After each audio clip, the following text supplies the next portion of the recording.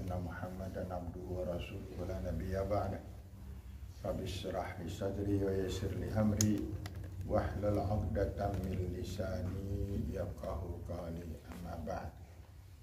Bapak-bapak, ibu-ibu yang saya hormati semuanya saja, ada satu pedoman di dalam kita berperilaku, yaitu jadilah orang yang lentur, tapi jangan sampai luntur.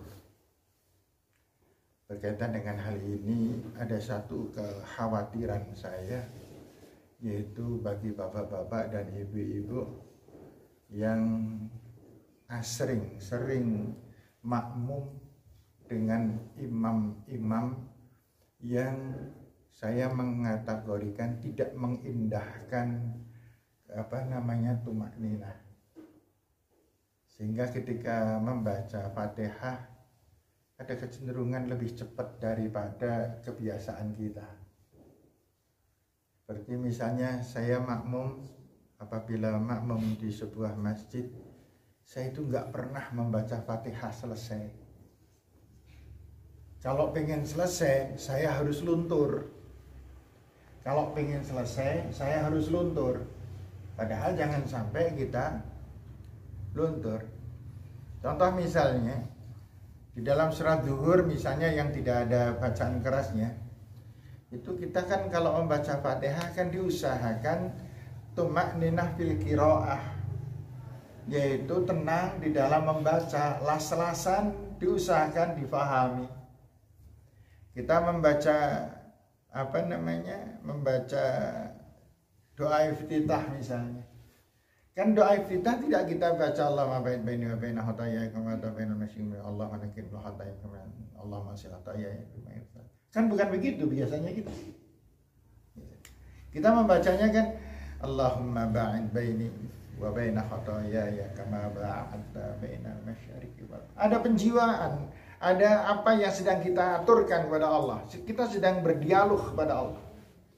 Allahumma nakkini minal khataya kama yunakkat thawbal abyad minad dan. Allahumma ighsil khataya ya bil ma'i wat thalji wal barad. Kemudian kita membaca Fatihah.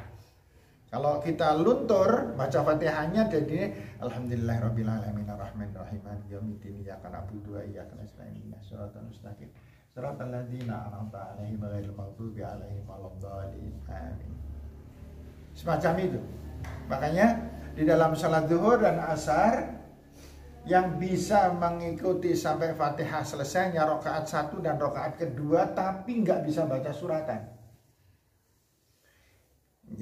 Ini saya kira yang sudah terbiasa makmum di masjid tertentu begitu. Makanya bapak dan ibu yang saya hormati, kita kita jangan luntur, dalam artian kita bacanya sama. Alhamdulillahirabbil alamin arrahmanir rahim maliki yaumiddin iyyaka na'budu wa iyyaka nasta'in ihdina, sana sudah Allahu akbar, selalu gitu. Nah, di sini yang saya maksudkan jangan luntur, jangan kemudian kita menora terlambat, kita bacanya alhamdulillahirabbil alamin arrahmanir rahim maliki yaumiddin. Memang kita tidak terlambat itu, tetapi kita kehilangan apa yang dinamakan tumak ninah. Padahal tumak ninah itu hukumnya wajib. Nah, hal ini bapak-bapak dan ibu-ibu, di dalam kaitan kita berjamaah, maka Quran mengatakan faiza raka'a farka'. Apabila imam ruku, segera ruku. Tidak boleh kita merampungkan bacaan kemudian rukuknya terlambat. Tidak boleh. Makanya rampung nggak rampung imam ruku, ya kita ruku. Ketika ruku, bapak-bapak, kita kan membacanya subhanaka Allahumma rabbana wa bihamdika Allahumma ighfirli. Kalau dibaca semacam ini, maka kita tidak pernah akan rampung membacanya. Karena begitu ruku, subhana rabbil azim subhana rabbil azim sami Allah liman hamdahu Allahu akbar, dan kita tidak bisa mengikuti sama sekali. Namun kemudian bagaimana, apakah kita meninggalkan jamaah? Saya katakan jangan. Kita tetap berjamaah. Tetapi itu tadi, jangan sampai kita apa tadi? Luntur. Kita lentur tapi tidak luntur. Dan kemudian imam rukuk, kita rukuk. Imam sujud, kita sujud. Karena di dalam bacaan ini menggunakan fa. Ini fa. Fa idza wa idza raka'a farka'u. Apabila imam rukuk segera, karena fa artinya di sini segera. Apabila imam rukuk farka'u, segera rukuk. Wa idza sajada fasjudu, dan apabila imam sujud segera sujud. Tidak boleh kemudian imam sedang sujud, kita sedang membaca apa namanya tadi Allahumma firli warhamni wajburni wahdini warzuqni. Imam bangun dari sujud, kita baru sujud. Itu yang salah di situ. Kita nggak boleh yang semacam itu. Jadi prinsipnya makmum kepada imam adalah bahwa apabila makmum sudah memberi komando untuk sujud, ya segera kita sujud. Hanya saja banyak sekali orang-orang yang ketika sholat itu saking apale bisa bergerak lebih dahulu dari imam. Itu karena yakin imamnya ini mesti langsung bergerak, dia belum ada aba-aba. Padahal di dalam aturan berjamaah mudahnya gini, jangan bergerak makmum satu. Ini peringatannya kan ini, makmum tidak boleh melihat imam.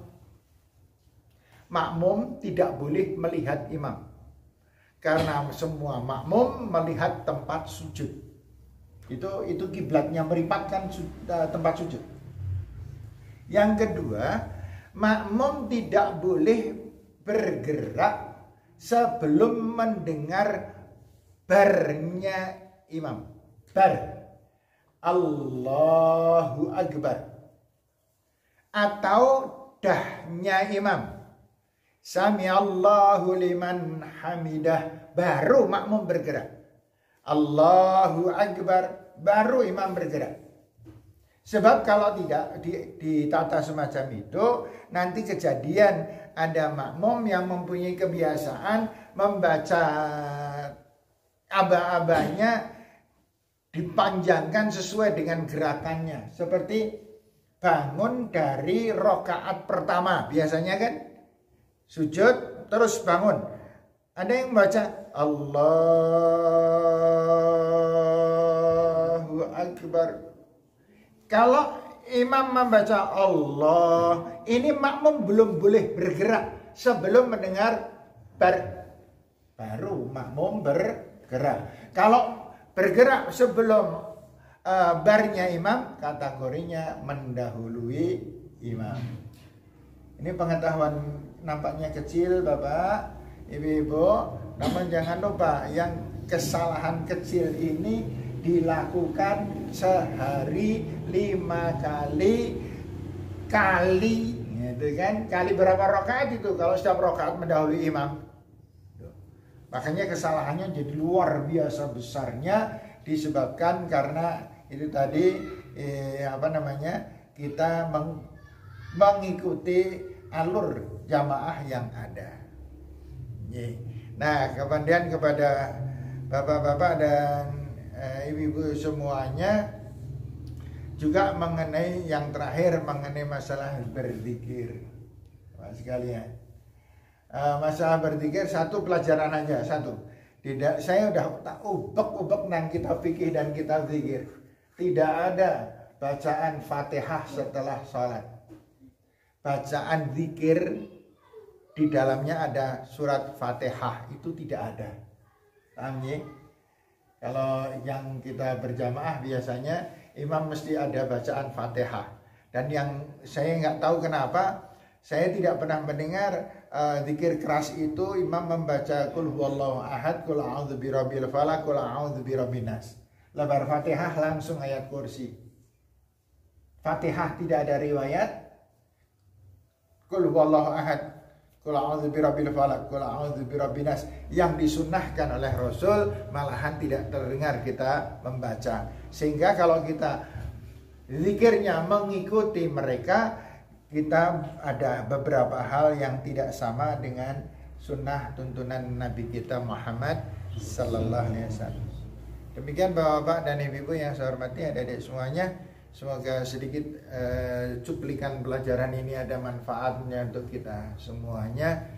Dan saya mohon maaf apabila ada salah dan keliru. Assalamualaikum warahmatullahi wabarakatuh.